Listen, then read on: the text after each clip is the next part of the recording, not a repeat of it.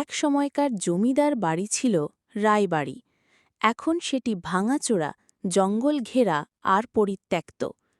গ্রামের মানুষ বলে বাড়ির নিচে লুকিয়ে আছে এক সোনার সিন্দুক, আর সেই সিন্দুক পাহারা দেয় এক অশরীরী আত্মা, জমিদার রুদ্রনারায়ণ রায়ের। একদিন শহর থেকে আসা যুবক তানভীর ইতিহাস খুঁজতে এসে পৌঁছাল রায়বাড়িতে। লোকজন সাবধান করল, কিন্তু তানভীর হেসে উড়িয়ে দিল। ক্যামেরা হাতে সে ঢুকে পড়ল বাড়ির ভেতর। চারিদিক কুয়াশায় ঢাকা। হঠাৎ কোথা থেকে যেন একটা ঠান্ডা হাওয়া এসে তার ঘাড়ে লাগল। সে নিচে নামতে নামতে দেখতে পেল একটা লোহার দরজা।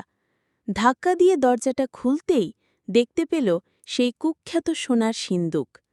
তানভীর সিন্দুকের কাছে যেতেই এক তীব্র ঠান্ডা লাগল, বাতি নিভে গেল, আর হঠাৎ করেই সিন্দুকের ঢাকনা খুলে গেল আপনা আপনি। ভেতর থেকে বের হল অন্ধকার ছায়ায় মোড়া এক মুখহীন সত্তা।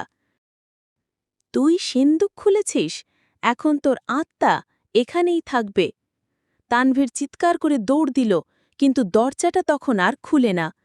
বাড়ির চারপাশ ঘন অন্ধকারে ভরে গেল, আর কেবল একটাই শব্দ শোনা গেল, আমার সম্পদ কেউ নিতে পারবে না, কেউ না। আজও কেউ রায়বাড়ির পাশে গেলে শুনতে পায় তানভীরের করুণ কান্না আর লোহার সিন্দুকের ঢাকনা খুলে বন্ধ হওয়ার শব্দ।